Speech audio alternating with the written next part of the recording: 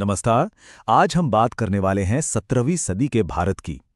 जरा सोचिए, एक ऐसा दौर जब मुगल साम्राज्य अपनी ताकत के चरम पर था। लेकिन तभी दक्कन के पहाड़ों से एक ऐसी चिंगारी उठी जिसने इस विशाल साम्राज्य को हिलाकर रख दिया। ये कहानी है दो जबरदस्त शासकों की, जिनके टकराव ने हिंदुस्तान का नक्शा ही बदल दिया। तो सवाल यही उठता है कि जब एक बहुत बड़ा स्थापित साम्राज्य एक नई उभरती हुई ताकत से टकराता है तो आखिर होता क्या है। ये सिर्फ एक लड़ाई नहीं थी बल्कि एक महासंग्राम था। समझिए, ये सिर्फ दो सेनाओं का युद्ध नहीं था। नहीं, ये दो अलग अलग दुनियाओं का, दो विचारधाराओं का और दो ऐसे असाधारण लोगों का टकराव था जो अपनी अपनी जगह के बादशाह थे।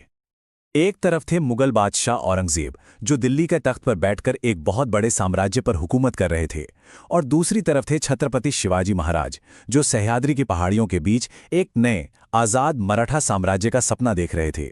इन दोनों की टक्कर ही उस दौर का सबसे बड़ा अध्याय बनने वाली थी। तो सवाल ये है कि ये मराठा शक्ति आखिर आई कहां से। इस कहानी की शुरुआत होती है एक ऐसे लीडर के जन्म से जिसे इतिहास हमेशा याद रखने वाला था। बात है साल 1630 की। दक्कन की सल्तनतें आपस में ही उलझी हुई थीं और मुगल साम्राज्य दक्षिण की तरफ अपने पैर पसार रहा था।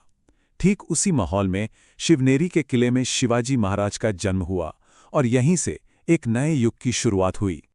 अपने पिता शाहजी भोंसले से मिली एक छोटी सी जागीर से उन्होंने शुरुआत की, लेकिन सपना देखा स्वराज का। अपनी सूझबूझ और लीडरशिप से उन्होंने बिखरे हुए मराठा सरदारों को एक साथ जोड़ा और बस यहीं से मुगल सत्ता को सीधी चुनौती मिलनी शुरू हो गई। अब जाहिर है, शिवाजी महाराज का ये बढ़ता हुआ असर दिल्ली में बैठे मुगल बादशाह को सीधी चुनौती लग रहा था। तो औरंगजेब ने फैसला किया कि इस नई शक्ति को हर हाल में कुचलना ही होगा। साल 1658 में औरंगजेब मुगल बादशाह बना।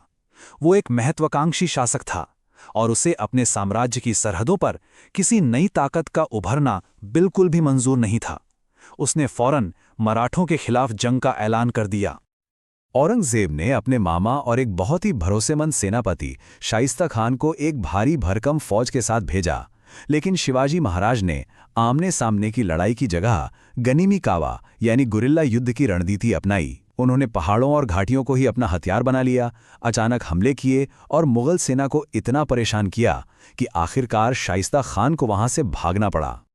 और इसके बाद तो रणनीतिक चालों, दिलेर हमलों और यादगार लड़ाइयों का एक ऐसा सिलसिला शुरू हुआ जिसने इस पूरे संघर्ष को एक महाकाव्य में बदल दिया। अब आता है साल 1659। ये वो साल था जिसने सबको दिखा दिया कि शिवाजी महाराज को कम आंकना कितनी बड़ी गलती हो सकती है। प्रतापगढ़ की लड़ाई में शिवाजी महाराज का सामना हुआ बीजापुर के बहुत ही ताकतवर सेनापति अफजल खान से। ये सिर्फ सेनाओं की लड़ाई नहीं थी, बल्कि ये दो लीडर्स की दिमागी और हिम्मत की सीधी टक्कर थी। इस एक जीत ने पूरे दक्कन में शिवाजी महाराज का डंका बजा दिया। फिर कुछ साल बाद 1664 में शिवाजी महाराज ने लड़ाई को सीधा मुगलों के घर तक ले जाने का फैसला किया और उन्होंने एक ऐसा कदम उठाया जिसके बारे में किसी ने सोचा तक नहीं था। उन्होंने मुगल साम्राज्य के सबसे अमीर बंदरगाह सूरत पर हमला बोल दिया। ये हमला इतना अचानक और हिम्मत भरा था कि मुगलों को संभलने तक का मौका नहीं मिला। ये सिर्फ पैसों की लूट नहीं थी, बल्कि ये मुगलिया शान पर एक सीधा और करारा तमाचा था। अब बार बार हारने के बाद 1665 में मुगलों ने एक अलग चाल चली, जिससे कुछ समय के लिए शांति हो गई। इसे पुरंदर की संधि कहते हैं, जो शिवाजी महाराज और औरंगजेब के सेनापति जयसिंह के बीच हुई। संधि की शर्तें काफी सख्त थी।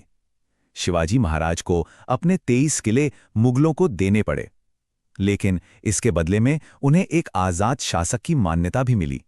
देखा जाए तो ये दोनों तरफ से एक सोची समझी चाल थी। लेकिन ये शांति भला कब तक टिकने वाली थी? 1666 में औरंगजेब ने शिवाजी महाराज को बातचीत के लिए आगरा बुलाया और फिर धोखे से उन्हें कैद कर लिया। सोचिए, मुगल सल्तनत के दिल में, अपने घर से सैकड़ों मील दूर, दुश्मन की कैद में। ऐसा लग रहा था मानो सब कुछ खत्म हो गया है। क्या मराठा साम्राज्य का सपना यहीं दम तोड़ने वाला था? बिल्कुल नहीं। शिवाजी महाराज ने एक ऐसी जबरदस्त योजना बनाई जिसकी कोई कल्पना भी नहीं कर सकता था। वो फलों की टोकरियों में छिपकर आगरा की कैद से निकल भागे। ये वाकया आज भी भारतीय इतिहास के सबसे साहसी कारनामों में गिना जाता है। और आगरा से लौटने के बाद शिवाजी महाराज रुके नहीं। उन्होंने न सिर्फ अपने खोए हुए किले वापस जीते, बल्कि 1674 में अपना राज्याभिषेक करवाया और छत्रपति की उपाधि धारण की।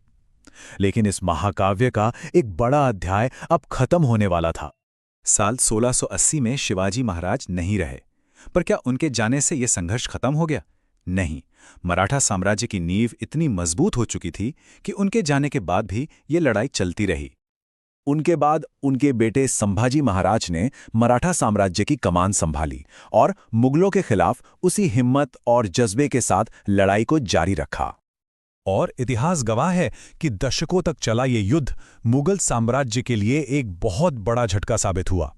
इसने न सिर्फ उनकी फौजी ताकत को चुनौती दी, बल्कि उनके खजाने को भी खाली कर दिया और उनकी इज्जत को भी गहरा धक्का पहुंचाया। तो आखिर में सवाल यही बचता है कि इस महासंग्राम की विरासत आज भी हमारे लिए क्यों मायने रखती है?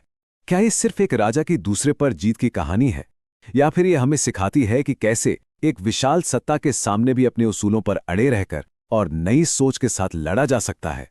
शायद इसका जवाब इतिहास के इन्हीं